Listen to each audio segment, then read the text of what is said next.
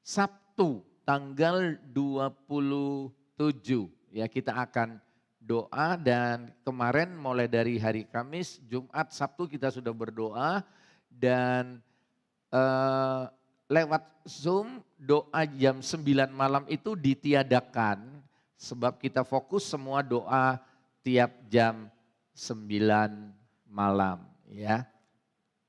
Jam 6 malam, jam 6 malam. Oke, mari kita dengar firman Allah. Saya akan berkhotbah dengan judul Kehebatan Kuasa Roh Kudus. Kita buka Kisah Rasul pasal 1. Kisah Rasul pasal 1 ayat 8. Kisah Rasul pasal 1 ayat 8.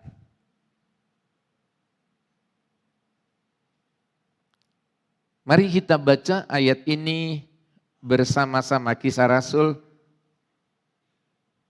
1 ayat 8.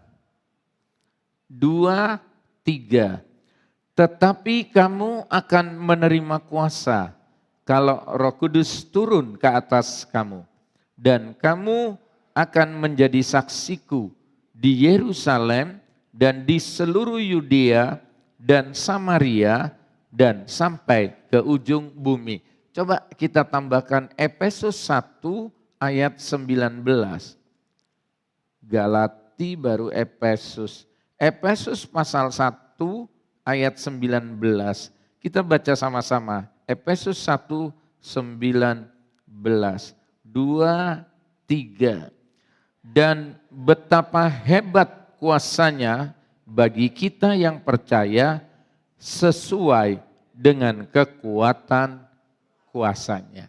Mungkin dalam beberapa hari ini tema lagu tentang Roh Kudus dan saya khotbah tentang Roh Kudus. Saudara mungkin ada yang bingung.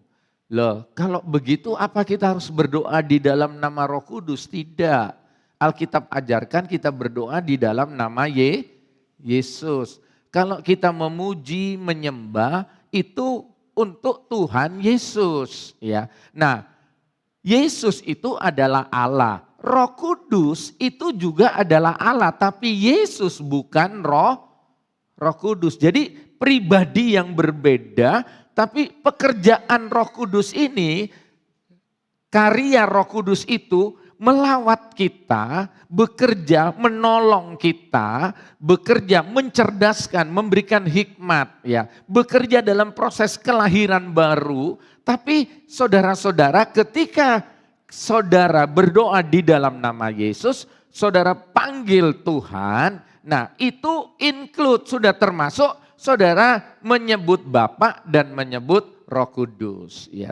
Jadi supaya saudara jangan salah kaprah, kita bertuhankan Yesus. Saya sudah taruh di grup. Yesus naik ke sorga, Yesus ada di sebelah kanan Allah Bapa, dia jadi pembela kita di dunia ini. Dan Roh Kudus turun jadi penolong kita. Supaya kita tetap setia kepada Yesus, supaya kita beribadah kepada Yesus dengan kuat. Jadi Roh Kudus itu menolong, Roh Kudus itu memberikan hikmat. Roh Kudus itu menjaga, membela hidup kita. Nah, saudara-saudara, kalau saudara perhatikan, Efesus 1 ayat 19 tadi dikatakan betapa hebat kuasanya. Nah, saya lihat terjemahan Amplified Bible, kata hebat itu diterjemahkan dengan immeasurable, ya. Jadi immeasurable itu saudara-saudara artinya tak terukur. Terus diterjemahkan dengan unlimited, tak terbatas, ya. Dan diterjemahkan dengan surpassing atau tak ada bandingnya gitu. Jadi tak terukur, tak terbatas, tak ada bandingnya. Loh, mungkin saudara bertanya-tanya, kok sehebat itu Roh Kudus? Sekali lagi, Roh Kudus itu adalah Allah. Makanya orang Kristen mengenal Trinitas, meskipun saya tidak punya gambar, tapi segitiga kayak begini. Ini sudutnya sama. Segitiga ini yang muda-muda sekolah, sudutnya berapa derajat? 60 derajat. ini 60-60. Nah sisinya ini juga sama. Kalau ini saudara-saudara 50 cm, bawahnya ini 50 cm. Jadi ininya juga 50 cm. Sama.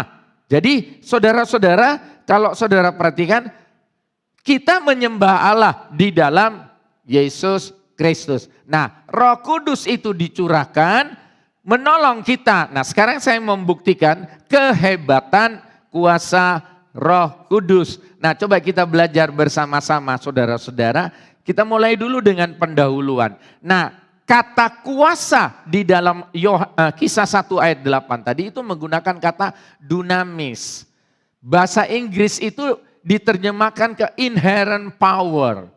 Artinya kuasa, kekuatan, daya atau energi. Tapi ini kuasa, kekuatan, daya, energi yang melekat, ya. Yang menyatu dengan Roh Kudus. Jadi kalau misalnya saya itu punya kesaktian, tapi saya pakai kekuatan orang lain, ya. Jadi misalnya kalau saudara kayak dihipnotis begitu. Suruh jadi kayak Beng Slamet, bintang film, ya. Suruh jadi kayak ini, ya. Dia bergerak seperti begitu, tapi itu kekuatan orang yang menghipnotis orang tersebut. Tapi Roh Kudus itu kekuatannya bukan dari pihak lain, tapi memang kekuatan dari dirinya sendiri. Melekat kepada dia sendiri. Dan ini kekuatan, kuasa ini sekaligus menjadi sifat. Ya. Jadi dia dahsyat, dimanapun dia tetap dahsyat. Nah kalau saya bisa ini, bisa itu, sebab dihipnotis orang lain. Nah kalau orang lain tidak menghipnotis saya tidak bisa. Kalau Roh Kudus bukan seperti itu, memang itu kekuatannya. Nah sekarang kalau Roh Kudus ada di dalam kita, ayat tadi dikatakan kita memiliki kuasa. Ya. Jadi bukan dari orang lain, jadi kekuatan Allah. Nah Roh Kudus sudah turun ke dunia. Jadi Yesus naik ke sorga, Roh Kudus, alos, parakletos bahasa Yunani. Penolong yang lain yang sama persis turun ke dunia. Dan dia tinggal bersama-sama dengan kita. Ya, dia mau menolong, memimpin, menjaga, ya. Membantu kita. Nah, kuasa ini saudara-saudara yang dimaksudkan tadi itu tinggal di dalam kita, ya. Kalau kita menerima Roh Kudus berarti kita juga menerima kuasa. Berarti kita juga menerima sifat Roh Kudus. Berarti kita juga menerima kemampuan, kehebatan Roh Kudus. Oke, sekarang kita lihat kekuatan atau kuasa Roh Kudus. Kekuatan pertama itu apa? Kekuatan secara spiritual, bukan spiritus, ya, spiritual, ya. Jadi disebut kekuatan spiritual, sebab ini hubungannya dengan atau berurusan dengan dimensi-dimensi batinia. Ya mungkin kurang hanya saya ketik itu, dimensi batinia, saudara-saudara, atau dimensi rohani, kekuatan spiritual. Nah gini, saudara-saudara, orang mau dukunkan kita, orang sakit hati sama kita, dia pakai kuasa dukun mau nyerang kita, tapi kita punya kekuatan apa? Spiritual. Kalau kekuatan fisik, orang pukul kita, kita tangkis, kita hadang. Ya, orang tonjok kita tonjok dia juga. Nah itu kekuatan fisik, tapi kekuatan spiritual tidak kelihatan.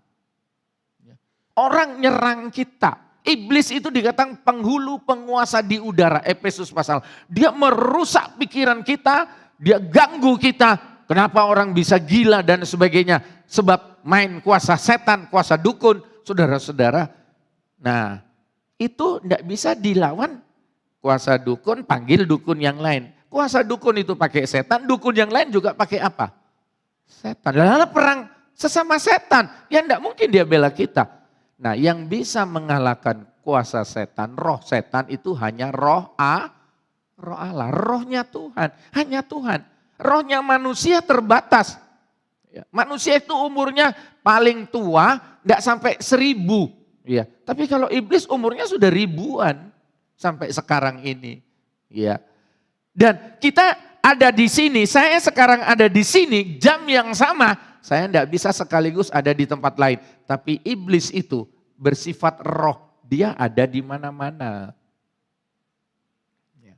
Jadi kita bisa mengalahkan kekuatan setan, nah itu kekuatan spiritual. Nah kita juga melawannya dengan kekuatan spiritual. Oke, kekuatan spiritual itu saya bagi ABC. Nah saudara-saudara, A, daya tahan mental. Ya. Jadi daya tahan mental dalam menghadapi segala tantangan hidup. Termasuk misalnya begini. Orang lain teman-temannya seangkatan sudah dapat promosi kerja. Saudara belum. Tapi saudara dipimpin Roh Kudus, saudara punya kekuatan mental. Saudara tidak mudah putus asa. Ya. Saudara tidak mudah menyerah. Mental saudara kuat. Nah, saudara dalam pergaulan. Temannya itu narkoba, temannya minum-minum, judi, ya, dan lain sebagainya. Saudara punya kekuatan spiritual. Ya, mental saudara kuat, karakter saudara kuat.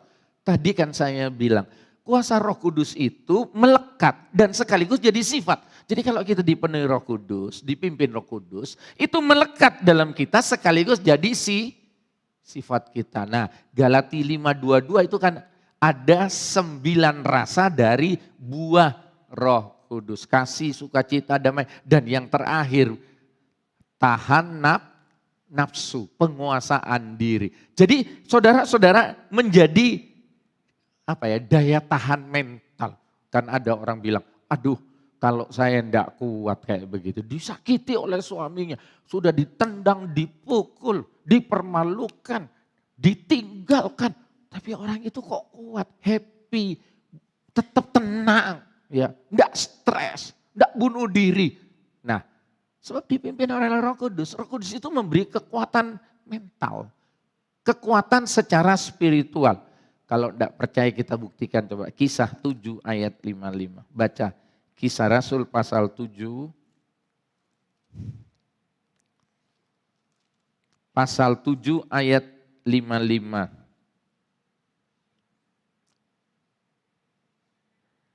Tetapi Stefanus yang penuh dengan Roh Kudus menatap ke langit, lalu melihat kemuliaan Allah dan Yesus berdiri di sebelah kanan Allah.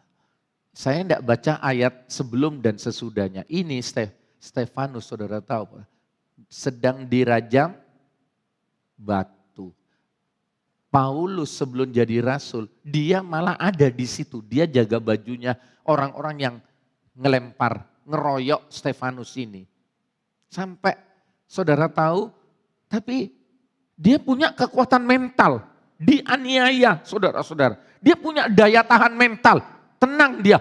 Malah dia memandang ke langit dan dia melihat Yesus berdiri. Sedangkan kita baca di Alkitab tuh Yesus naik ke sorga, apa katanya? Duduk di sebelah kanan Allah Bapa. Nah, Yesus itu kasih hormat, dia berdiri. Ya, saudara-saudara, Yesus itu menghargai Stefanus. Nah, kok bisa dia seperti begitu? Ini terang-terangan dirajam. Nah, di Pamekasan, saudara-saudara, dulu pernah ada misi Michael Roach Watson. Itu orang Inggris, istrinya itu orang Ambon. Ya, saya terakhir ketemu lagi. Nah, Michael Watson ini pernah jadi misi di Pamekasan. Mungkin saudara yang tua-tua dulu ada Jellison di Pamekasan, misi juga, penginjil dari Amerika. Saudara tahu, dia di Pamekasan sama orang Madura itu saudara-saudara,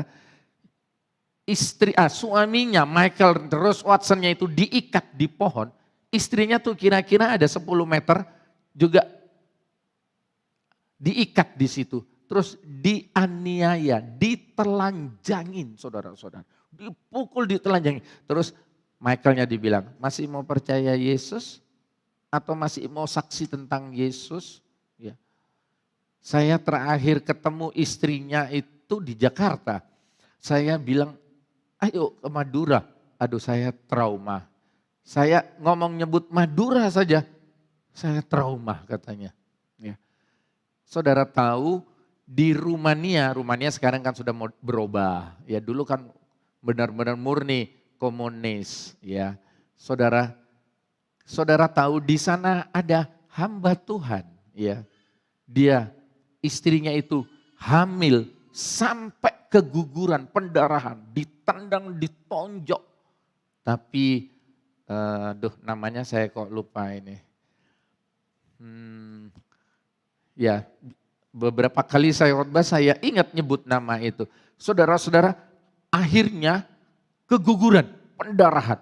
Tapi suaminya tetap sekali Yesus, tetap Yesus.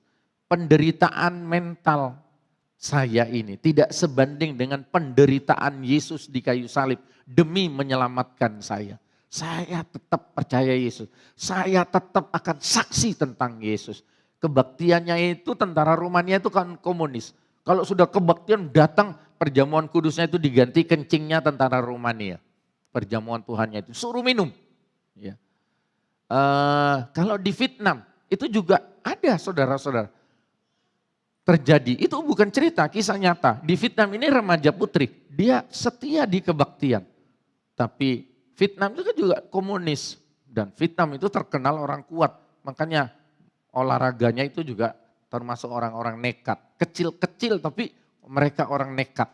Nah di Vietnam itu saudara-saudara, tentara Vietnam datang masuk kebaktian kecil dari orang-orang Kristen yang berkomunitas kecil itu.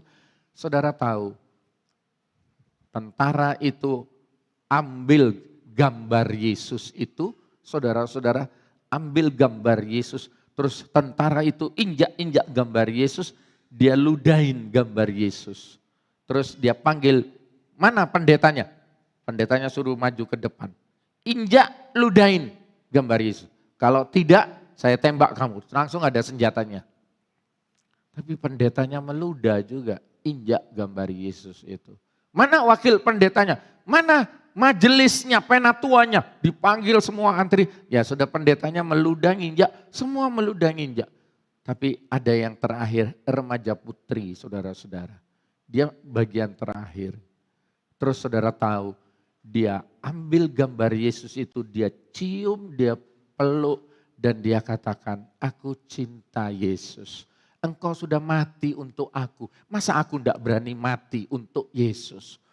Jadi ludah-ludah pengkhianat itu dia usap dengan rambutnya saudara-saudara. Dia peluk, dia cium gambar Yesus itu. Dia bilang, aku cinta Yesus, aku cinta Yesus.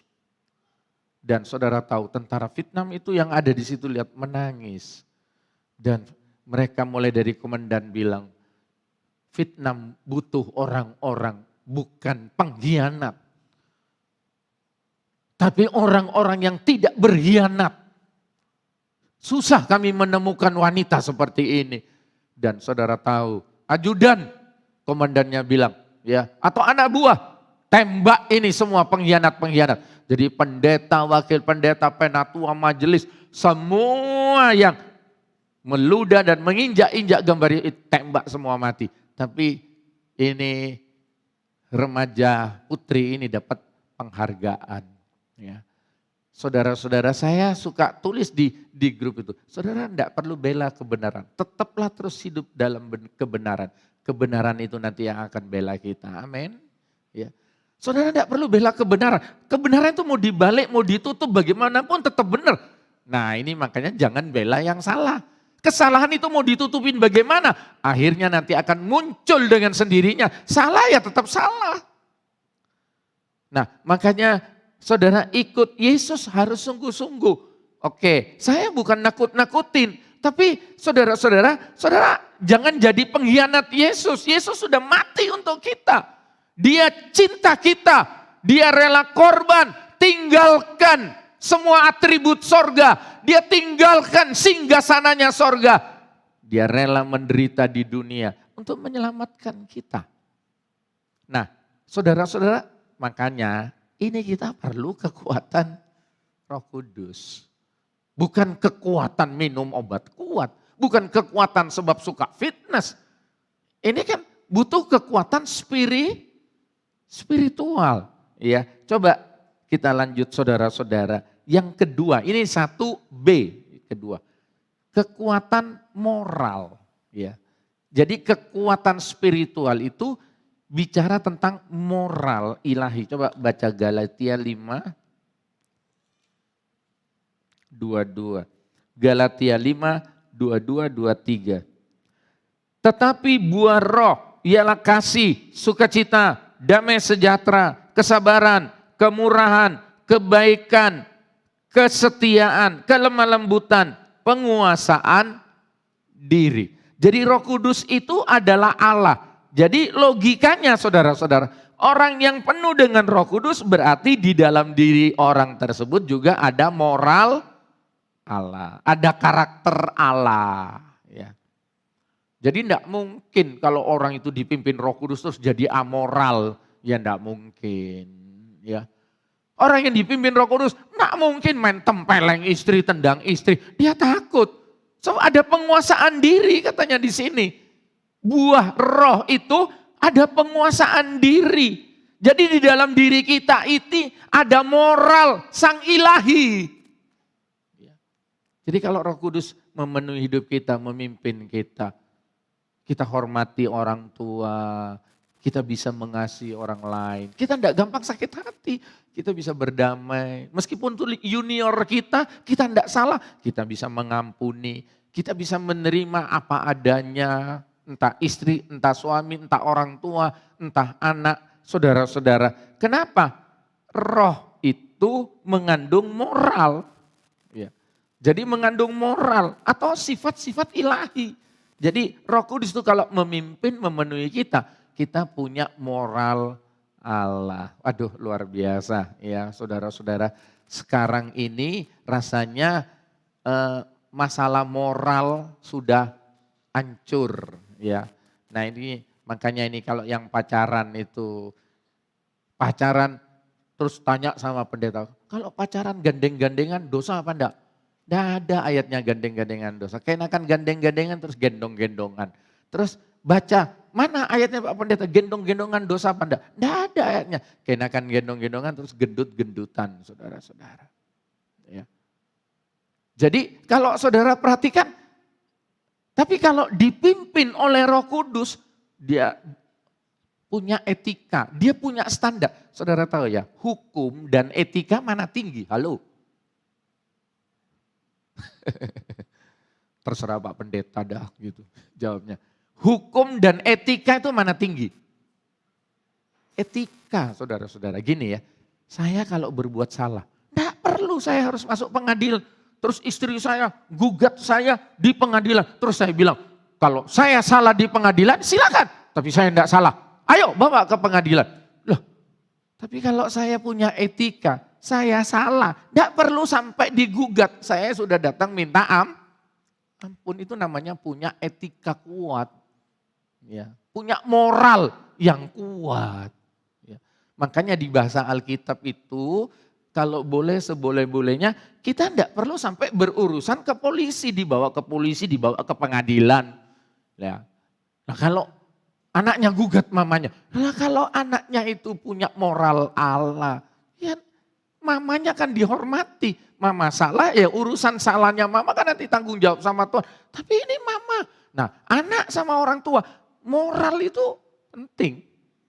Nah sekarang kalau saya salah, nah baru saya mau ngaku salah. Loh salah enggak? Salah yang tahu pertama itu siapa? Diri sendiri dan Tuhan. Bukan hakim. Hakim baru tahu kemudian.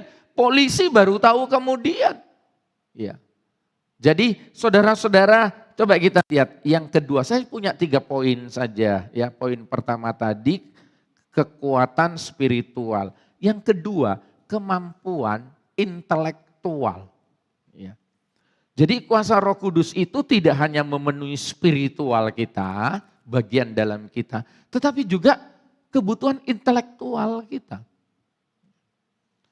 Ayo coba ayat itu ada di mana? Permulaan hikmat itu takut akan Tuhan. Di Amsal Soleman, kitab Amsal, permulaan hikmat itu takut sama Tuhan. Jadi orang yang takut sama Tuhan, dipimpin Roh Kudus, pasti dia banyak hikmat saudara-saudara. Pasti banyak hikmat ya. Jadi kalau saudara perhatikan, Roh Kudus itu bukan cuma bekerja di ranah spiritual, Tapi intelektual kita ini loh. Ya kayak pendeta, itu kan punya roh menimbang. Jemaat konseling tanya begini, saya berapa kali konseling, orang ini mau nipu saya sebenarnya, mau ngomong bohong. Tapi ketika ngomong sama saya bilang enggak usah bohong, ya ngomong yang sebenarnya saja. Langsung dia nangis, Pak Pendeta kok tahu. Nah, saudara-saudara, bukan Pak Pendeta itu hebat, bukan dukun. Nah, Roh Kudus sedang memimpin.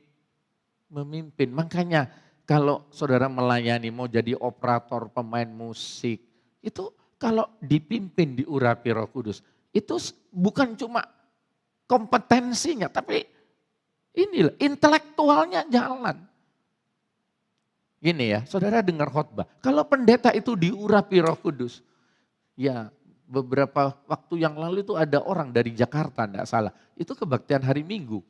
Istri saya pas khotbah itu, Minggu pagi ya maksud saya.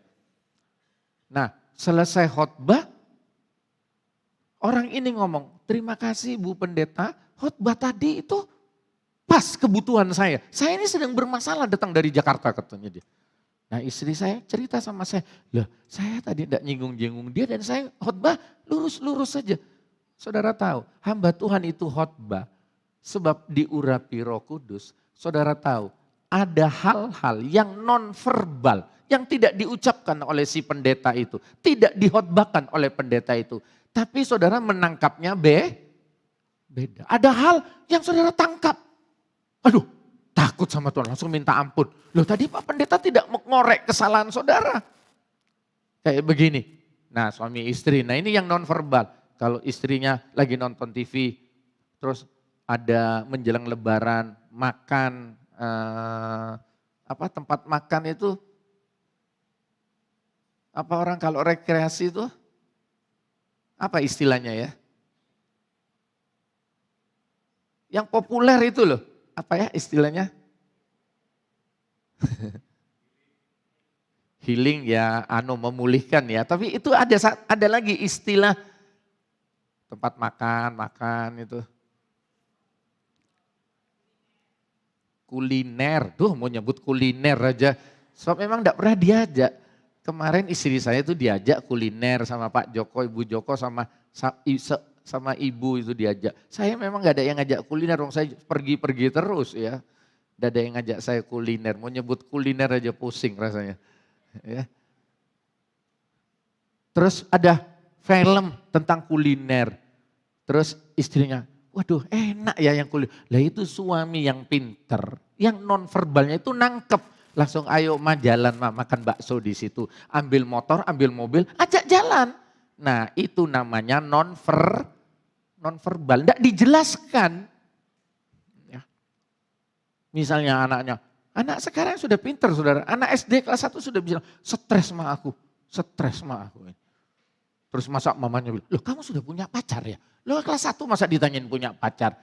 Ma, stres aku. Ini mamanya mesti pinter, yang non-verbal. Ini jangan-jangan ada PR enggak dikerjakan ini. Dia takut masuk sekolah ini, enggak bilang stres, enggak mau sekolah. Ini jangan-jangan tukaran di sekolah ini sama temennya. Itu orang tua harus, nah ini orang tua yang intelektualnya jalan.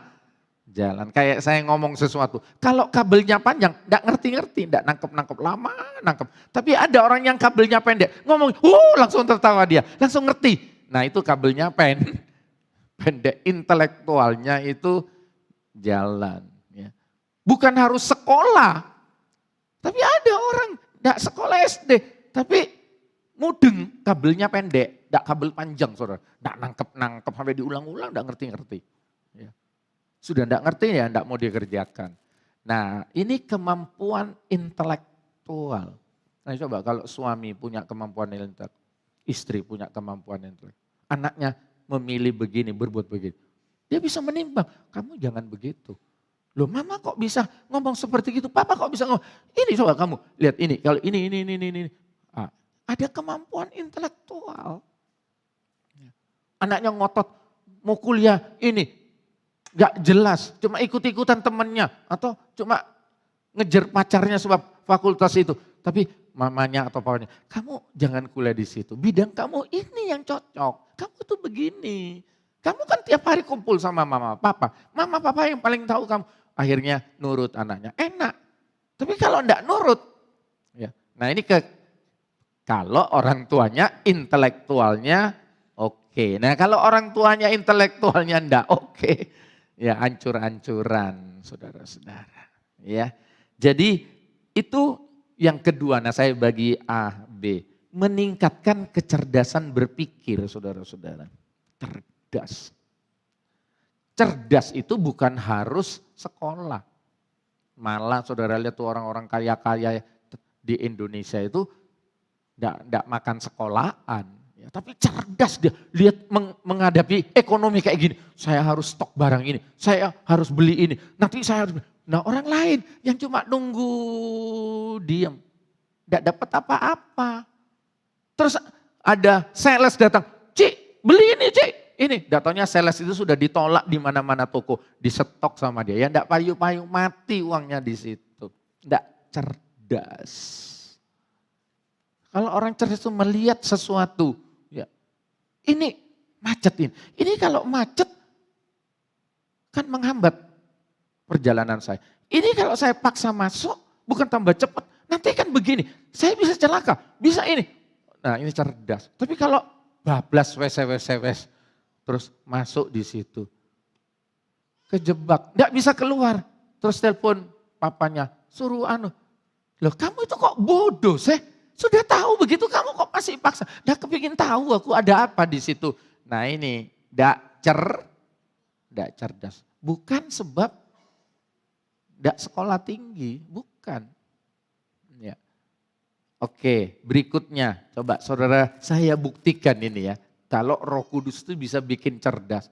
Istri saya itu kalau ngomong-ngomong, memang ketoro kok katanya. Sebab dulu saya yang ngajar agama itu ya, yang anak SMA, SMP, dulu saya yang ngajar. Tapi setelah itu dilanjutkan istri saya. Ya, istri saya bilang, wih ini yang setia sama Tuhan, sungguh-sungguh suka doa pelayan. Cerdas, ya beda memang katanya. Ya, coba buktikan ini, Daniel pasal 1 ayat 20, coba baca. Daniel pasal 1 ayat 20. Daniel 1 ayat 20. Dalam tiap-tiap hal yang memerlukan kebijaksanaan dan pengertian, yang ditanyakan raja kepada mereka, didapatinya bahwa mereka 10 kali lebih cerdas daripada semua orang berilmu dan semua ahli jampi di seluruh kerajaannya. Nah ini kalau saudara ngasih modal anaknya ndak cerdas, ya anaknya ndak soge-soge, anaknya ndak bisa kerja, so ndak cerdas. Ndak cerdas. Tapi orang tua itu kalau ngasih modal sama anaknya cerdas, modal itu dikelola dengan baik. Nah makanya salah satu sumber kecerdasan yang saya ini kan pengkhotbah pendeta, ya saudara-saudara, menurut Alkitab, Roh Kudus itu memberikan kecerdasan, saudara-saudara.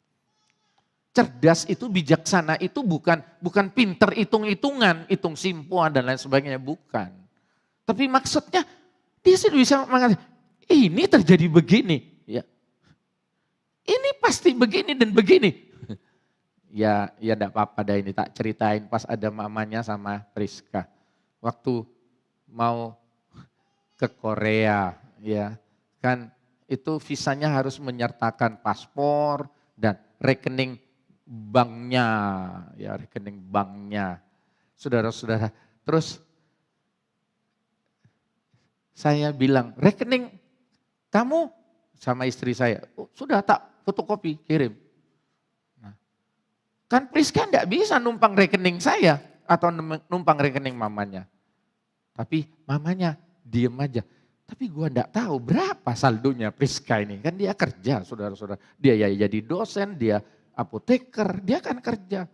Dia dapat gaji. Nah, lah saya cuma pulang dari Korea. Lah itu visanya yang ditolak nih. Apa Oni? Dia langsung bilang, keceplosan katanya. Iya, saldonya enggak mencukupi katanya. Loh itu biasanya yang namanya papanya ya. Biasanya kan berapa puluh juta saldonya. Ya itu katanya tour guide-nya itu, mesti sekian. Oh berarti saldo kamu ya lebih dari itu. Oh papa ini aku sudah kejebak katanya. Tadinya enggak boleh tahu papa ya. Ya enggak, itu kalau omong-omongan orang kalau cerdas itu kan bukan tembak di tempat, terus dipaksa mana buku rekeningnya, dicuri buku rekening. Itu kan model-model Sentoloyo saudara-saudara ya. Tapi saudara apa-apa itu jadi suami mesti cerdas lihat istri ini kok rada aneh. Jadi belum terjadi apa-apa, ya apalagi ibu ya. Kan ada orang enggak tahu ini anaknya sedang bagaimana, sudah sekian lama bermasalah, ibunya enggak tahu.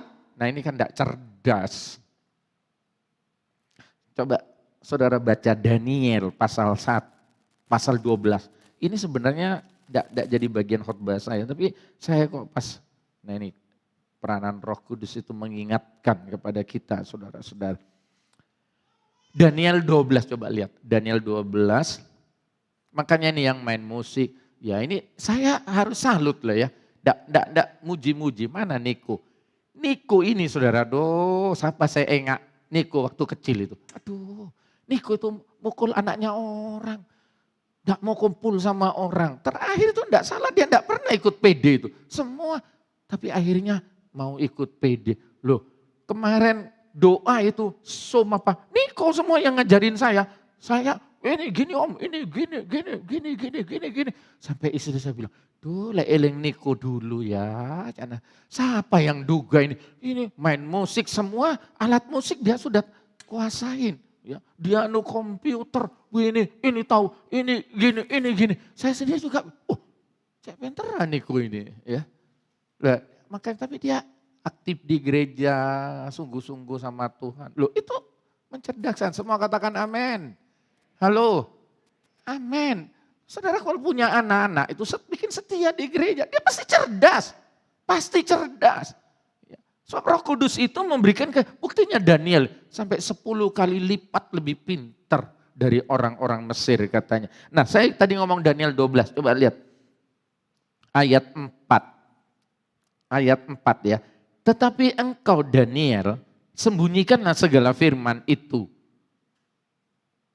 Dan ayat 3 mulai. Dan orang-orang bijaksana akan bercahaya seperti cahaya cakrawala. Dan yang telah menuntun banyak orang kepada kebenaran seperti bintang-bintang. Tetap untuk selama-lamanya. Ayat 4.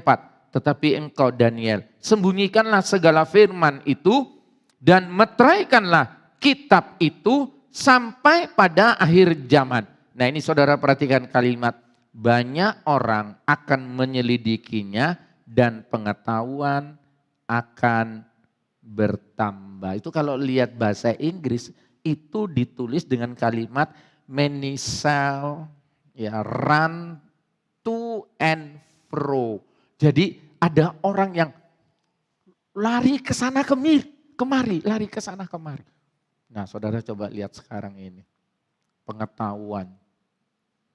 Saudara enggak bisa bahasa Inggris, ya. Ada buku bahasa Inggris, tulisan bahasa Inggris. Langsung pakai HP itu kan. Mencet yang mana itu? Nah, yang biasa pegang HP. Ya. Itu langsung terjemahannya bahasa Indonesia langsung semua. Saudara baca alat manualnya bahasa Inggris. Tempel begini, ya. HP sekarang tanya, tolong saya cari ini, keluar sendiri. Ya.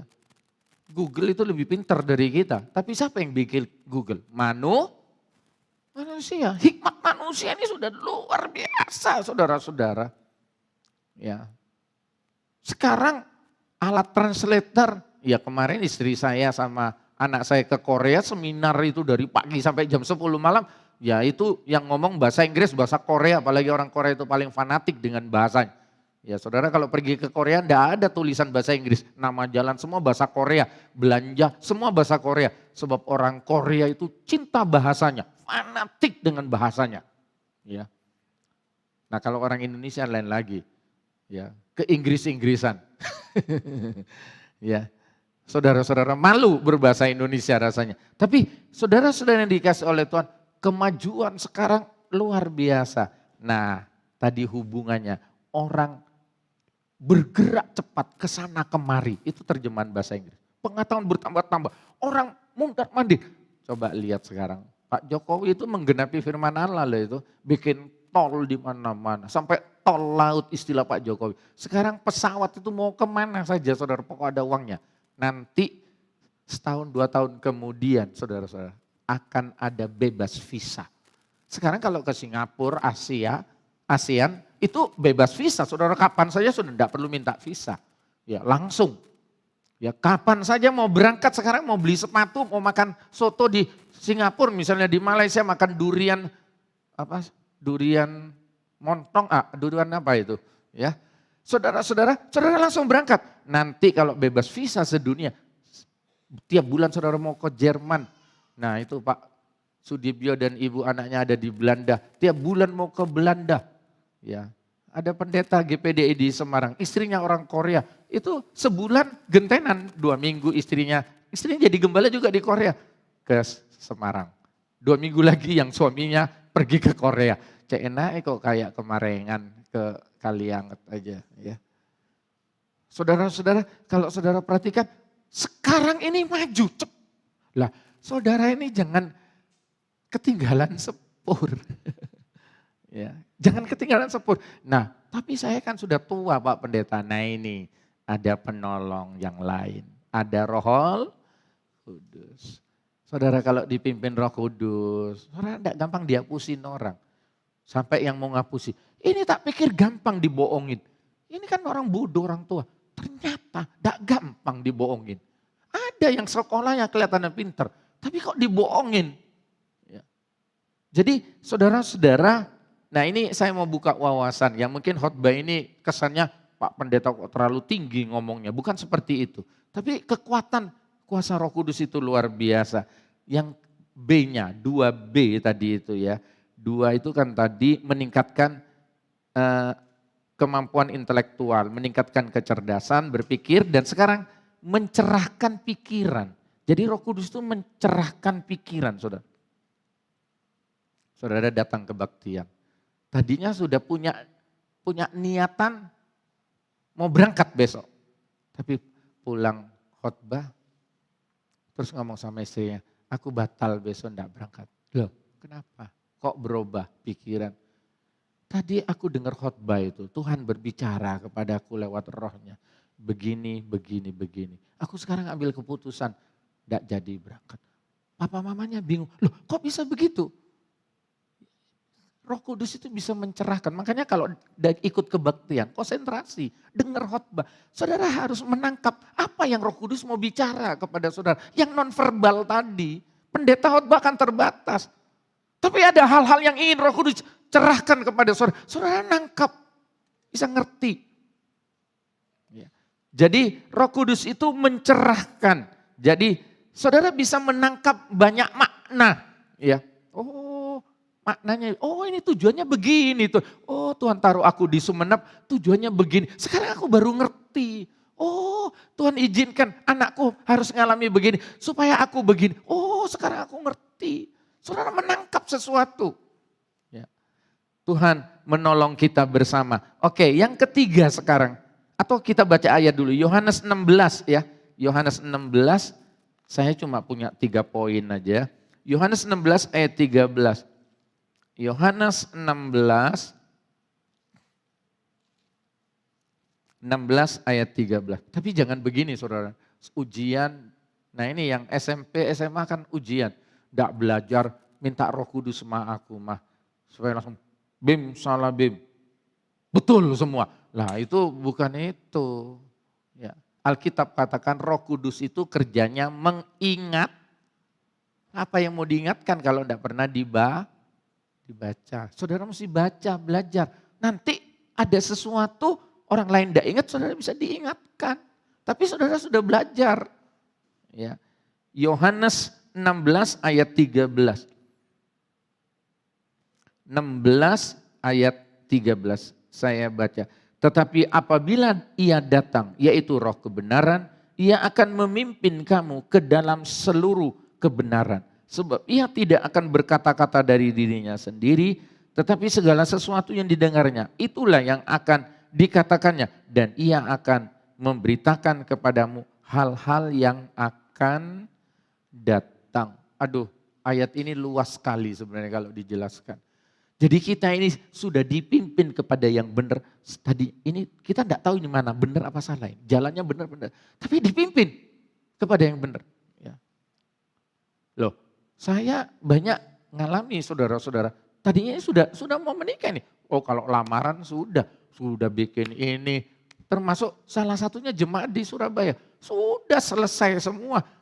Mobil-mobil pengantinnya sudah disewa. Batal, saudara-saudara. Tapi saya hormati ini, cewek ini. Ya, dia konsultasi sama papa mamanya. Papa mamanya konsultasi sama saya. Dan mereka berdoa. Ternyata saudara-saudara, calon suaminya ini dibalik semua itu, aduh, rusak dan hancur. Tapi untung Tuhan gagalkan.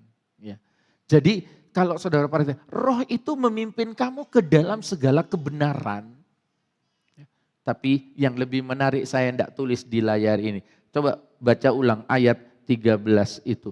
Sebab ia tidak akan berkata-kata dari dirinya sendiri, tetapi segala sesuatu yang didengarnya, itulah yang akan dikatakannya dan ia akan memberitakan kepadamu apa? Halo?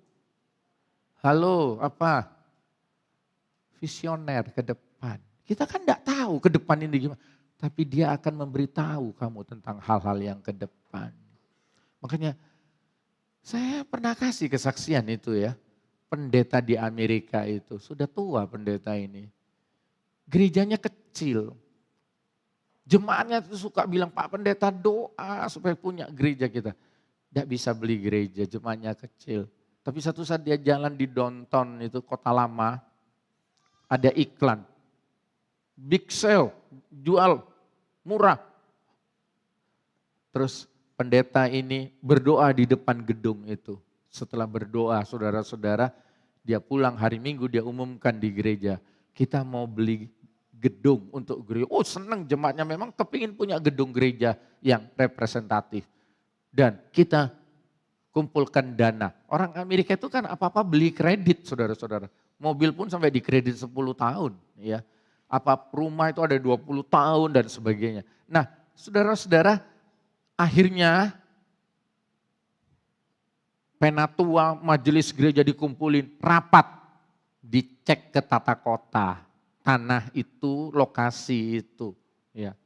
Dicek ke tata kota, ternyata pemerintah punya rencana mau buat saluran irigasi di daerah itu. Daerah itu mau dibuat saluran irigasi dan saudara tahu mau dibongkar. Oh katanya majelisnya, pantesan mau dijual murah ini. Jadi batalkan saja. Tapi si pendeta ini bilang, ini dari Tuhan. Saya sudah berdoa. Saya sudah sekian lama berdoa, kepingin punya gereja. Tapi saya tidak mau pakai cara manusia. Saya mengandalkan Tuhan. Akhirnya kekeh, ya sudah dibeli saudara-saudara. Kira-kira 1-2 tahun kemudian setelah gedung itu dipakai saudara-saudara. Ada pengumuman dari pemerintah bahwa daerah itu dipertahankan ya. Kayak Surabaya itu ada Siola atau Tunjungan mau dipertahankan supaya jadi downtown kota lama yang tempat rekreasi. Saudara tahu, akhirnya lokasi itu harga rumah meningkat jadi 10 sampai 20 kali lipat gedung-gedung itu. Dan semua jemaatnya bilang, untung Pak Pendeta kita beli, meskipun kredit, tapi kita ini milik kita sekarang. Kenapa? Pendetanya dipimpin oleh Roh Kudus. Ini bayangkan kalau suami dalam rumah tangga dekat sama Tuhan, dipimpin oleh Roh Kudus. Keputusan-keputusannya itu visioner, jauh.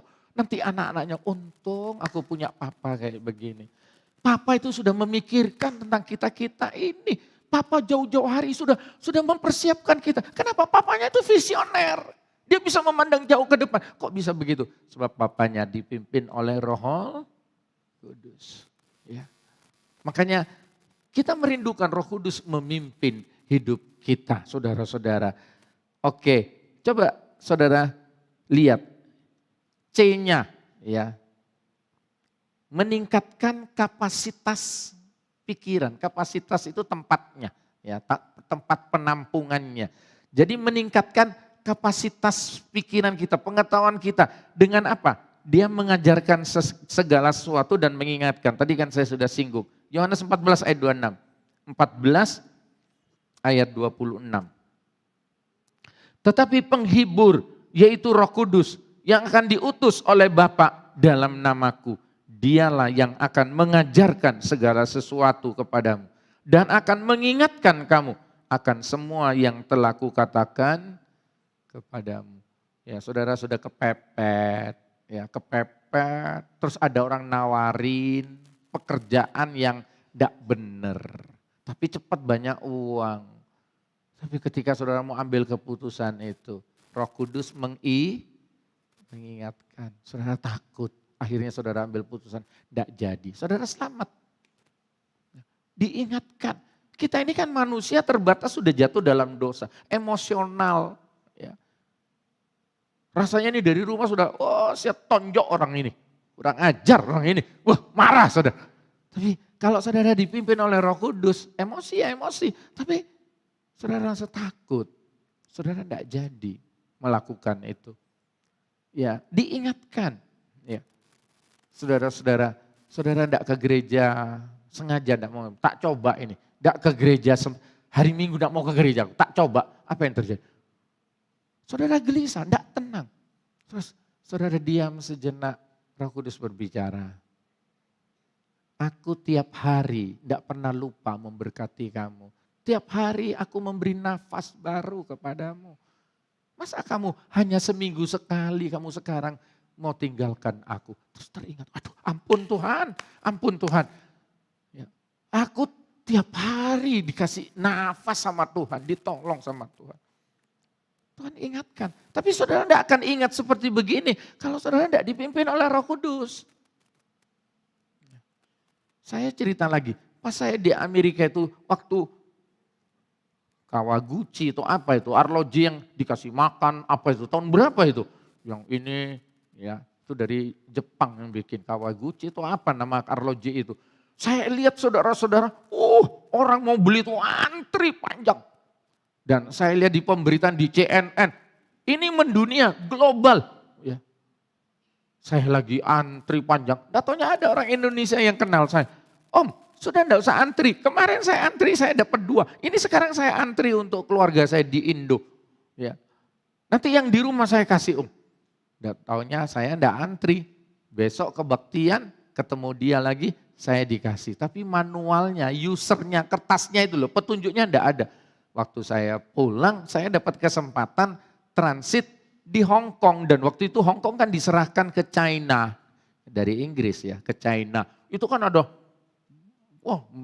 lampion, pokoknya ada kembang api, pesta itu. Saya dapat kesempatan semalam tidur di hotel itu, transit dari Amerika di Hong Kong. Dan saya pergi ke toko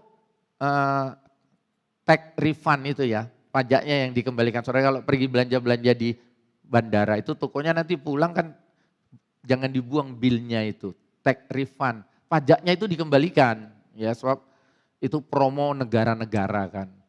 Dan saya lihat arloji seperti itu saudara ada di toko itu. Ya. Tapi kan saudara tahu di airport itu tokonya kan tidak dijaga banyak orang. Ya. Saya lihat, aduh ya ini. Tapi caranya ini gimana? Tidak taunya ting tong. Wah jam saya mau berangkat ini sudah. Aduh. Terus dalam hati, ini kertas kecil, mau numpang fotokopi kan tidak mungkin. Lek tak kantongi masa dosa tahu tidak nyolong arlojinya. Saya bilang begitu kan, dalam hati. Tapi saya baru mau pegang kertasnya. Kamu pendeta, kertas kok dicuri. Ya. Beli arlojinya mampu kok nyolong kertas. Aduh saya bilang ampun Tuhan, saya taruh lagi itu kertasnya terus cepat lari. Saya naik pesawat. Nah coba, kalau kita dipimpin Roh Kudus itu begitu loh saudara-saudara. Hati nurani kita tuh berbicara, takut. Ya. Itu kalau dipimpin oleh Roh Kudus. Nah, coba kita buktikan. Kejadian 41. Kejadian 41. Kejadian 41, 38, 39. 41, 38, 39. Lalu berkatalah Firaun kepada para pegawainya, mungkinkah kita mendapati orang seperti ini? Seorang yang penuh dengan roh Allah, kata Firaun kepada Yusuf, oleh karena Allah telah memberitahukan semuanya ini kepadamu. Tidakkah ada orang yang demikian berakal budi dan bijaksana seperti engkau? Nih Yusuf penuh roh kudus, penuh roh Allah. Nggak ada yang orang cerdas seperti itu. Makanya dia bisa menyelamatkan ayahnya, keluarganya, sukunya dari kelaparan. Dan Tuhan angkat dia jadi wakil Firaun. Sebab Roh Kudus. Ya. Jadi saudara-saudara, kalau Roh Kudus memimpin, makanya saudara kalau mau berangkat ke kantor, mau kerja, saudara mau memutuskan sesuatu hari itu, berdoa, minta pimpinan Roh Kudus supaya keputusannya saudara ambil itu tidak salah. Pilihan-pilihan saudara itu tidak salah. Ya. Menyesal kemudian itu kan tidak ada guna. Ya. Oke. Yang ketiga, tadi kan baru dua, kemampuan menjadi besar. Kemampuan menjadi besar. Kuasa yang dijanjikan Bapak itu adalah kekuatan daya yang, nah ini saya menggunakan kata ekspansi. Saudara yang punya toko dua, saudara kan ingin ekspansi. Punya pabrik mineral misalnya. Saudara ingin ekspansi, punya gudang baru. Saudara ingin ekspansi, melebarkan. Mau beli truk lagi, armada lagi. Supaya jualannya ini tambah besar. Ya. Ini kemampuan dari Roh Kudus begitu. Nah kalau pendeta ingin jemaat ini tambah banyak. Kalau bisa gedung gerejanya dibongkar jadi besar. Ya. Itu namanya ekspansi. Mengembangkan saudara-saudara. Jadi nah itu 3A. Berkembang menjadi besar. Ya. Jadi kekuatan untuk ekspansi ke segala arah. Nah kalau tidak percaya, ya buktikan Kisah 1 ayat 8. Coba lihat Kisah 1 ayat 8. Iya ini kalau kebaktian lagi, Heli sama Rudi duduk di belakang aja ya. Saya sendiri juga mulai tadi noleh-noleh terus, saya tidak konsentrasi jadinya. Kisah, maksud saya ini anak kecil sih bisa dimaklumi, takut kena setrum sebab di situ banyak urusan listrik. Kisah 1 ayat 8. Kisah 1 ayat 8. Tetapi kamu akan menerima kuasa kalau Roh Kudus turun ke atas kamu. Dan kamu akan menjadi saksiku di Yerusalem dan di seluruh Yudea dan Samaria dan sampai ke ujung bumi. Ekspansi dari Yerusalem, dari rumah sendiri ke Yudea. Tambah tinggi nih. Jadi dari desa ke kecamatan. Dari kecamatan ke mana? Samaria, ke kabupaten, terus sampai ke ujung bumi. Itu kan kekuatan ekspansi. Kekuatan bisa menjadi besar saudara-saudara. Oh saya belum klik ya tadi itu. Kisah 1 ayat 8. Jadi Roh Kudus itu memberikan kekuatan untuk kita bisa berkembang. Kalau saudara bilang, aku kok statis gini-gini terus hidupku. Nah makanya saudara perlu kekuatan Roh Kudus untuk saudara berkembang, maju. Ya, saya pun terus ini tidak henti-hentinya saudara-saudara. Saya melayani, ya, saya mau berkembang. Ya. Saya sampai, ya saya tadi ini baru dari Surabaya kan. Sabtu nanti saya berangkat lagi ke Surabaya setelah doa tiap malam itu. Minggunya khotbah pulang. Ya saya ingin nuruti karya Roh Kudus dalam hidup saya. Apa yang saya bisa lakukan. Saya sebenarnya kalau menuruti capek ya capek. Saya bikin di grup ini, memotivasi orang, mendorong orang. Nah, sebab saya ingin terjadi ekspansi. Saya ingin mengembangkan. Ya, makanya saudara jangan merasa saya sudah punya toko, punya rumah, ya sudahlah. Loh anak saudara kan tambah besar. Biaya hidup anak saudara kan tambah besar. Dan dunia ini kan terjadi inflasi keuangan. Semua berubah saudara-saudara. Makanya saudara harus berekspansi. Nah saudara bilang saya sudah usaha Pak Pendeta dengan pengalaman, dengan ilmu saya. Tapi kita perlu kekuatan dari Roh Kudus. Roh Kudus itu bisa menolong kita, bisa mengembangkan ya, bisa memajukan. Terus baca Yohanes 14 ayat 12. Melakukan karya-karya besar, saudara-saudara. Yohanes 14 ayat 12. 14 ayat 12. 14 ayat 12. Aku berkata kepadamu, sesungguhnya barang siapa percaya kepadaku, ia akan melakukan juga pekerjaan-pekerjaan yang aku lakukan. Bahkan pekerjaan-pekerjaan yang lebih besar daripada itu. Sebab aku pergi kepada Bapa. Oh, ini Alkitab janjikan.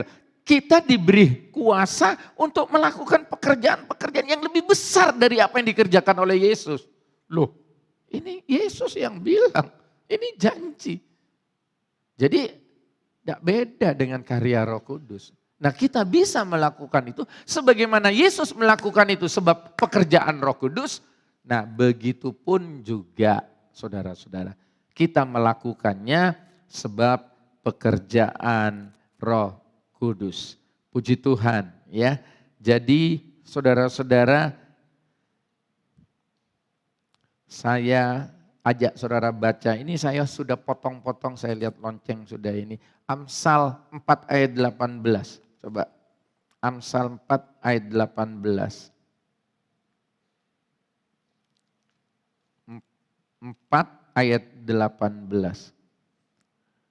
Tetapi jalan orang benar itu seperti cahaya fajar yang kian bertambah terang sampai rembang tengah hari. Jadi kita ini akan dibawa oleh Tuhan, lihat saya. Dari kemenangan yang satu datang kemenangan yang lain.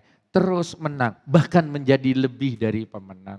Dari sukses yang satu, Tuhan akan bawa kita kepada sukses yang lain. Terus sukses dan terus sukses bertambah-tambah bersama dengan Yesus. Lah kapan itu bisa terjadi? Kita butuh kekuatan Roh Tuhan. Ya. Jangan kita bisa memulai hebat, atau terjun bebas, habis. Tapi saudara-saudara, kalau saudara terus kelihatannya pelan, tapi terus meningkat dalam pimpinan Tuhan. Ya. Dan saudara tahu, Alkitab katakan waktu Yesus naik ke sorga, itu diangkat di awan-awan itu. Dan Roma juga katakan Yesus terangkat naik ke sorga sebab pekerjaan apa? Roh Kudus. Yesus lahir ke dunia, Maria masih perawan, virgin. Tapi dia bisa melahirkan. Itu pekerjaan Roh Kudus. Jadi hari-hari ini Roh Kudus sedang bekerja ya untuk membuat kita berkembang. Kiranya Tuhan menolong kita bersama. Coba saudara baca kalimat konklusi ini. Nanti pemain musiknya sudah bisa balik ke tempat. Yuk kita baca sama-sama. 2, 3. Tenang dan jangan takut. Sebab kuasa yang diberikan Bapa melalui Roh Kudus mampu memenuhi segala harapan, impian, dan cita-citaku. Sekarang saudara pegang tangan kanan. Aku tenang, aku jangan takut. Sebab kuasa yang diberikan Bapa melalui Roh Kudus kepadaku mampu memenuhi segala harapanku, impianku, dan cita-citaku. Amin. Tuhan menolong kita bersama.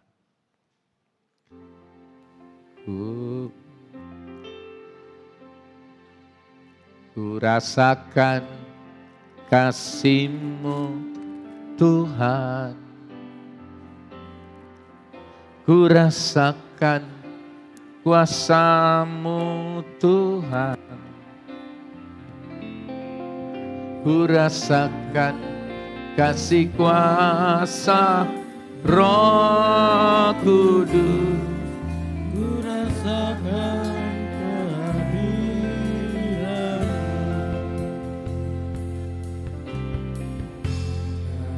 kasih-Mu Tuhan. Ku rasakan kuasa-Mu Tuhan. Ku rasakan kasih kuasa Roh Kudus. Ku rasakan kehadiran-Mu. Curahkanlah, curahkanlah kuasa-Mu Tuhan. mujizat terjadi di tempat ini. Curahkanlah kuasa-Mu Tuhan, mujizat terjadi sekarang ini. Kurasakan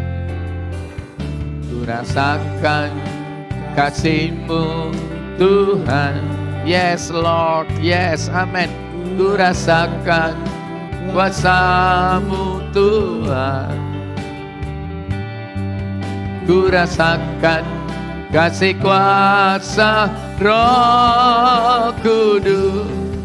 Kurasakan kehadiran-Mu. Mungkin saudara katakan, Pak Pendeta, tidak kuat saya tidak kuat mengatasi, menanggung persoalan keluarga, pekerjaan. Roh Kudus memberikan kekuatan mental, memberikan kekuatan spiritual kepada kita. Amin. Mujizat terjadi sekarang ini. Curahkanlah kuasa-Mu Tuhan. Mujizat terjadi di tempat ini. Curahkanlah kuasa-Mu Tuhan. Mujizat terjadi. Mari kita berdiri. Amin. Curahkanlah kuasa-Mu Tuhan. Haleluya, haleluya. Di tempat ini curahkanlah kuasa-Mu Tuhan. Mujizat terjadi sekarang. Tadakan kedua tangan saudara. Curahkanlah kuasa-Mu Tuhan. Mujizat terjadi di tempat ini. Curahkanlah kuasa-Mu Tuhan. Mujizat terjadi sekarang. Curahkanlah kuasa-Mu Tuhan. Mujizat terjadi. Haleluya, haleluya. Ini tanah hati kami Tuhan. Ini hidup kami, tak ada yang dapat kami tutup-tutupi di hadapan-Mu. Amin, amin. Curahkanlah kuasa-Mu Tuhan. Mujizat terjadi di tempat ini. Curahkanlah kuasa-Mu Tuhan. Mujizat terjadi sekarang ini. Mujizat terjadi di tempat ini. Mujizat terjadi di tempat ini. Mujizat terjadi di dalam hidupku. Mujizat terjadi di dalam hidupku. Turunkan tangan saudara.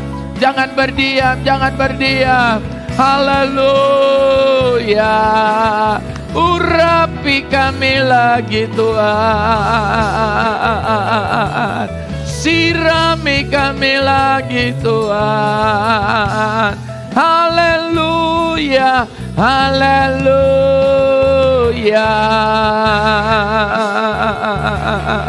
Haleluya,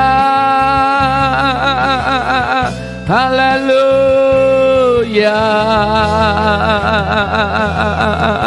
Haleluya,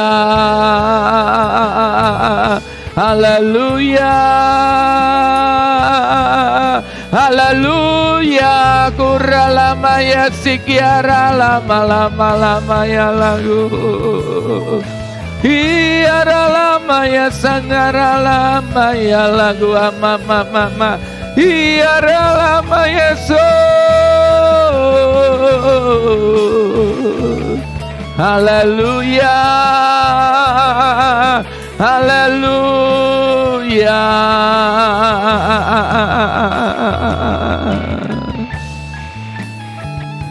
Haleluya. Haleluya. Kami perlu urapan-Mu baru dalam hidup kami tiap saat, Tuhan. Kami perlu hikmat yang dari Roh Kudus di hari-hari yang makin tak jelas ini.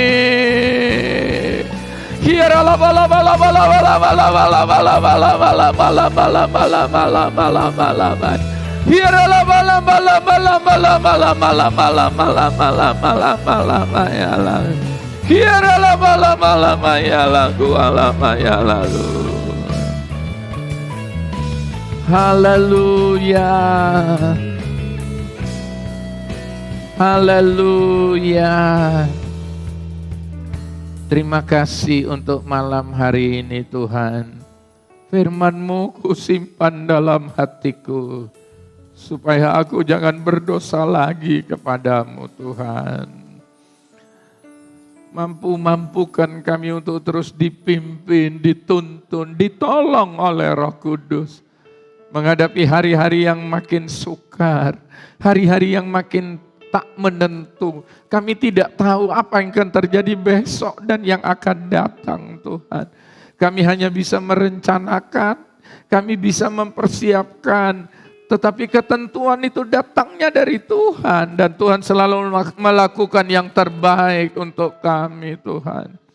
Terima kasih Tuhan. Terima kasih, terima kasih. Semua yang melayani, semua yang hadir diberkati oleh Tuhan. Kami berdoa untuk anak-anak SMP yang sedang ujian. Berikan hikmat akal budi supaya mereka berhasil. Dan yang SMU yang akan ujian Tuhan tolong. Dan yang rencana kuliah juga Tuhan tolong Tuhan. Dan secara khusus kami berdoa untuk mamanya Ibu Ayen di Palembang yang usianya 94 tahun dan sekarang sakit. Ibu Ayen sedang ada di Palembang. Dalam nama Yesus, Engkau menjamah dan menolongnya. Terima kasih Tuhan. Lebih-lebih Engkau selamatkan ibu ini Tuhan. Terima kasih Tuhan. Indonesia diberkati oleh Tuhan. Sumenep diberkati oleh Tuhan. Terima kasih Tuhan. Terima kasih. Semua yang melayani, semua yang sudah hadir diberkati oleh Tuhan. Terima kasih Tuhan. Terima kasih. Semua tadakan kedua tangan minta berkat. Engkau Allah Jehovah Jireh. Engkau Allah El Shaddai. Engkau Allah El Gibor. Untuk itu kiranya anugerah dan sejahtera Allah Bapa, cinta damai di dalam Yesus Kristus, persekutuan, kekuatan, sukacita, semangat dari Roh Kudus turun atas kami semua. Hari ini, besok, bahkan sampai Maranatha, Yesus datang kedua kalinya di dalam nama Tuhan Yesus Kristus. Semua yang percaya berkata amin. Selamat hari Minggu, selamat pulang, Tuhan memberkati.